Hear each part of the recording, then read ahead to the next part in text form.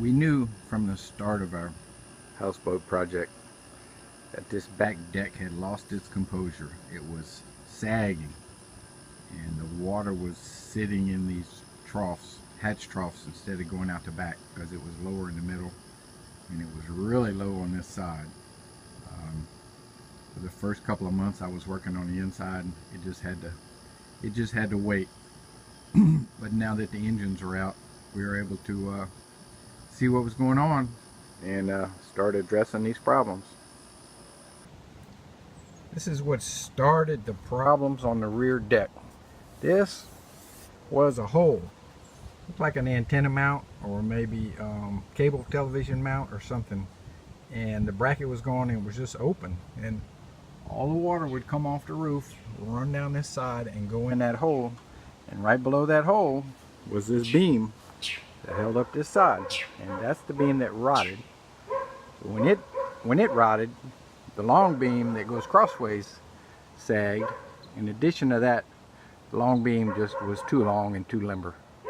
So this is this little video is after the fact, trying to make clear what I did.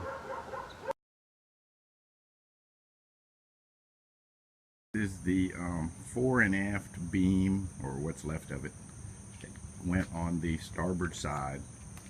This is the very front.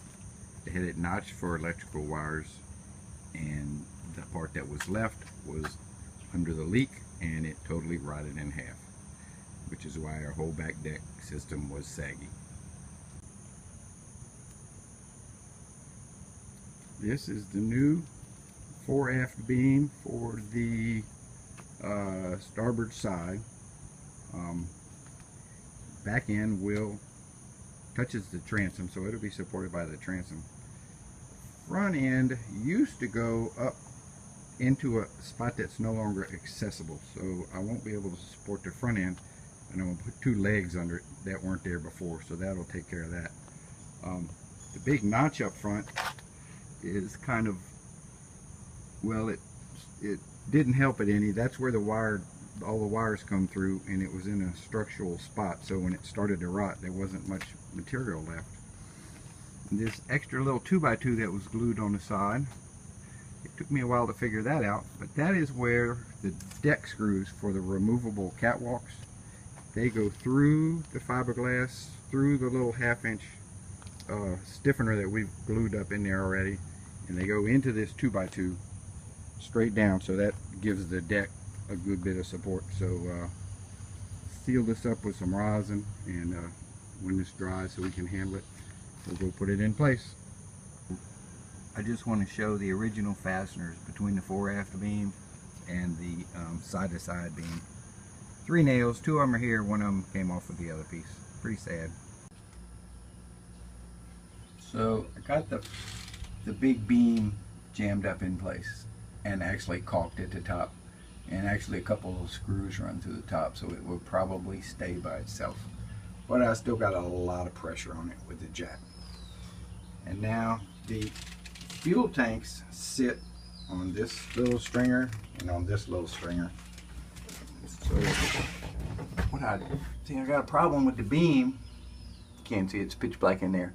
I don't have anywhere to attach it up in the front. In the back, it's going to be hard to get any decent fiberglass up in that hole, but I will be able to set it on top of the new plywood transom. When I put the plywood in, I'll probably put some sort of knee brace there. So what I've done is I've taken where these 2 supports for the fuel tank go, I've cut some little plywood templates that follow the shape of the hull, and they are right angle because the fuel tank is just, it's a box. So this will fit behind the fuel tank, and it's going to sit under the beam and support the beam from that and being glass to the hull. And then the back, I've cut the one I'm going to use, and it's 2-inch thick cypress. It fits well. I'm going to take it out around the edges, seal it with rosin, and then come back and put these 2 in. So I'll have 2 vertical supports under this beam, which they did not have before, and I'll have the back supported off of the transom, And the front will just be in midair, but there's nothing really pushing on it up there.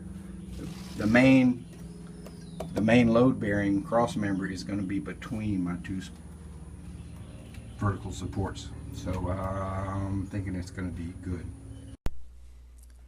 So with the 4 little supports cut and fit in place and glass to the hull, the 4.5 beams that are on the outside edges, one is totally replaced and the other one is braced up, probably way stronger than original. Now the problem is the beams that go side to side.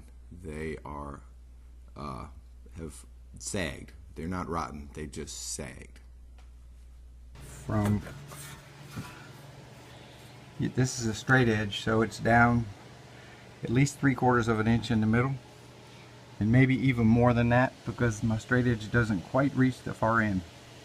So I'm laying on my back looking up. There's a double 2x6 that goes from starboard side all the way to the port side. And this was hanging on the beam that I replaced, and it dropped some on that end, which it didn't help it any. But mostly it's just deflected. It's just sagged from weight and time.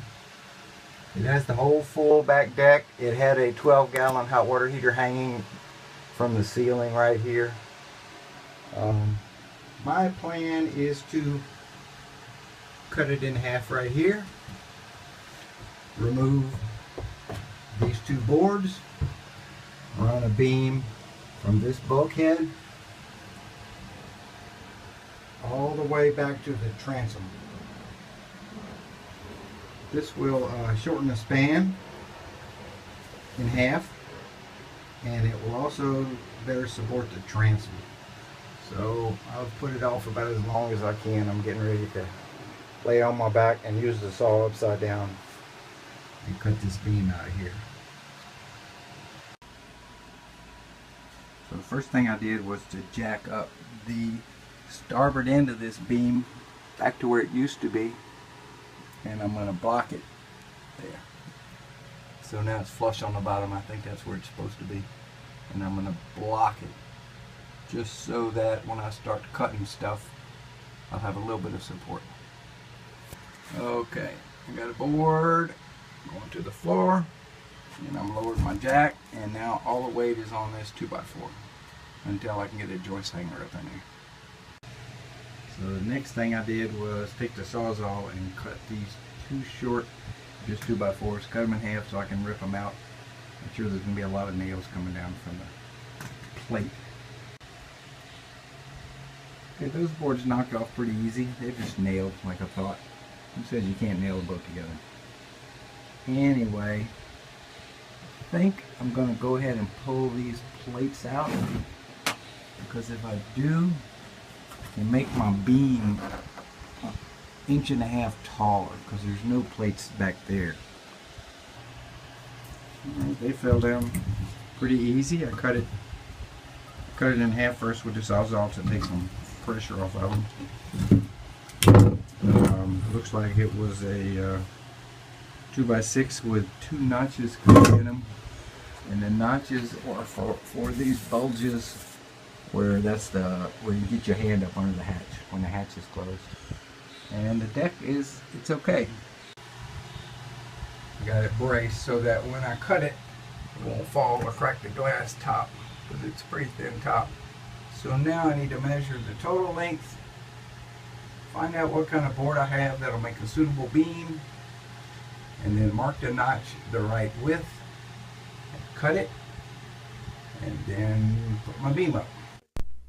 This is a piece of red oak. This is going to be my beam. It's plenty long enough, and it's heavy and very, very strong.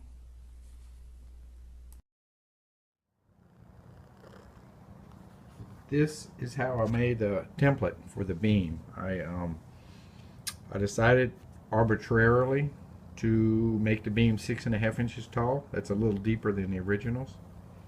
I ripped plywood to 6.5 inches and a little more than half of the length, and I put it in place and scribed it and kept doing that until the back end fit well. And then I got the other piece and put it against the bulkhead until I had the right angle on it, and then I put them both up at the same time, slid them till they were tight, and clamped them in place, and that's my template. Then we bought the big piece of oak inside, planed it down until it was a consistent thickness, and it ended up with a 2 3/8. I took the template and laid it on the piece of oak, and this is my beam. There's a little notch here because there's a big old blob of fiberglass on the ceiling that I didn't want to grind out, so I just notched the beam, and then I did a test fit, and it fit well. I rounded the bottom corner so when I hit my head I won't cut myself, and I brought it inside and sealed the end grain with epoxy. I also sealed it where the side beam's going to tie in. I won't be able to paint that later.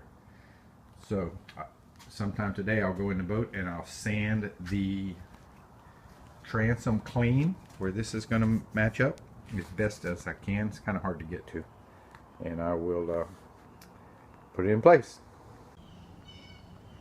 Okay, day 2. The beam is up. It's a good fit there, and it's glassed in with some various little pieces of cloth. And the back is bolted with these 2 fiberglass angles, 14 2-inch screws going into the bulkhead, and 3 stainless through bolts. Yesterday the beam was held by this jack and this jack, and they have a huge amount of pressure on them because they're lifting up the whole deck about 1.5 inches. So today I'm going to remove these jacks and nothing should move. Okay, good success. The beam is on its own and it didn't moan or creak or anything. It's held holding the weight. Now I have this far end of the old beam jacked where I need to fasten it to this side beam, and I've through bolted some fiberglass angles. This is the beam I put in a few weeks ago, and now I'm giving this a little push with the jack. Came up about 3/16, and I'm going to drill through, put 2 through bolts to tie this existing sideways beam to the new front and back beam. I want to try to show you how jacking up helps taking the slack out of every single. You can see that beam going up, and at some point it gets really tight, and that's where I stop. Now I'll drill the holes. Okay, once again I'm on my back in the engine room, and the framing for the roof is complete. Oak beam, front to back, brackets all the way around. I put little Home Depot joist hangers on these little 2x4s everywhere I could. I put a bracket on the right end of this beam. That would be the port end, even though it never moved. I jacked it a little bit with the jack and glued and screwed a bracket. The jack's under tension. I'll leave it for a day and let that epoxy cure. I put little brackets on the top of my knee supports, and I'm finished. It's time to, well, when we finish glassing, we'll pressure wash and get this as clean as possible. That won't be fun. And then we'll paint everything bright white. I will probably still put a knee brace on the bottom of this new beam and the existing beam on each side, and I'm going to make it as big as I can, but I want to put it in the fuel tanks and the generator first because I got to see how everything's going to fit. But that'll be more to support the transom than the deck up top.